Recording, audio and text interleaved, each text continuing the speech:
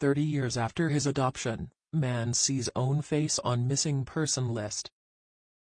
He looked at the drawing and had the strangest feeling. The blue eyes, the light blonde hair, it was all too uncanny. It was like looking in a mirror. This picture told him that his whole life had been a lie, but where did that leave him? A wave of nausea rose from the pit of his stomach. He didn't know who he was anymore.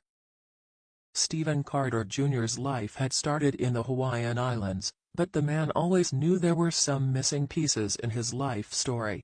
He knew he was born with the name Tenzin Omiya on January 16, 1977, but one day, he stumbled upon something that changed everything.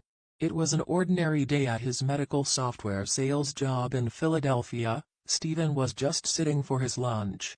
While idly scrolling through the phone, something strange caught his eye. Apparently, it was breaking news that would later connect him to his astonishing past, which would reveal his real identity. The news documented the missing person case of Carlina White, and there had finally been a breakthrough. Carlina had been reported missing from a hospital in New York shortly after she was born.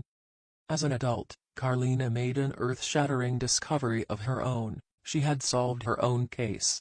The woman was 19 years old when she was reported missing from the hospital where she had been taken for a fever. Someone disguised as a nurse had taken Carlina away, and she had no idea she was even on the missing persons list, thinking her kidnapper was her own mother for all those years. Carlina White's story was a game-changer for Stephen. Carter Jr. was an orphan, and in 1980 United States Army officer Steve Carter Sr. and his wife Pat were stationed in Hawaii when they visited the orphanage. That's when the couple saw the 3-year-old Stephen, who was then known as Tenzin Omiya, and fell in love with him. After finishing all the documentation, the pair officially adopted the child and decided to give him the best life. They renamed the boy William Stephen Tenzin Carter, who lived a privileged life. The family left Hawaii and settled in Medford Lakes, an affluent area in New Jersey, where the boy's life changed dramatically. Stephen Carter Jr. had put his past behind him, unaware that one day it would come back to haunt him. As the boy began to grow up, he started asking questions whose answers the foster parents didn't know.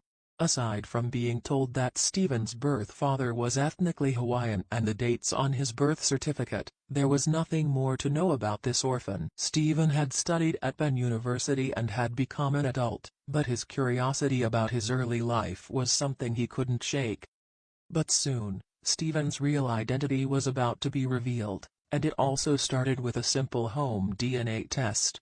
The married man had received the DNA test as a Christmas gift, and the results finally gave him the answers he had been looking for, or at least, they uncovered the first piece of the puzzle.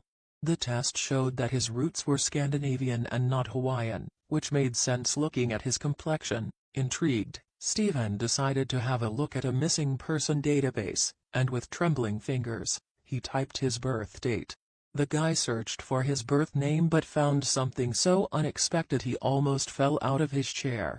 Stephen was informed that his birth name was Tenzin Omiya, but nothing showed on the computer screen. However, there was another name, Marks Panama Moriarty Barnes, who was reported missing in July 1977. What made him shiver was the artist's rendition of the missing boy, and what he would look like 30 years later. It was like looking in a mirror. And frantically, Stephen sent the photo to all his friends and family members. That's when his wife, Tracy, insisted that he dig further to uncover the mystery. The man called the officers of the Honolulu Police Department, who were first skeptical, and needed more evidence.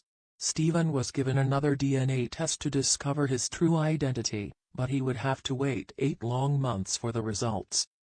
But when they came in, the case was blown wide open.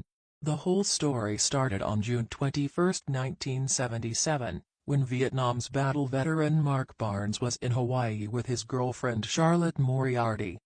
He was working as a journalist and had a 6-month-old baby boy named Marks. One day, Charlotte informed him that she was going out to take a stroll, never to come back again.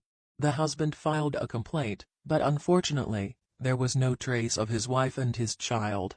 It was discovered later that Charlotte had somehow made it to the other end of the island, and was spotted trespassing. After the police interrogated her, she lied about her identity and said that she was Jane Amia, while her son's name was Tenzin. She fabricated Tenzin's birth date and even stated that his father was native Hawaiian. But she didn't manage to hold on to her son for long. Charlotte was placed into psychiatric care, and Tenzin was surrendered to the state and sent to an orphanage. When Charlotte was finally released from the psychiatric hospital, she vanished without a trace. Apparently, Stephen had a half-sister who never stopped looking for him and made the artist draw a young picture which was realistically enhanced to reflect what the missing boy would look like in his 30s. This was the heart-stopping picture that Stephen stumbled upon 10 years later, and the DNA tests from the Honolulu Police Department confirmed everything. The case had finally been solved after 3 decades of searching, and most surprisingly, the case was solved by its own subject.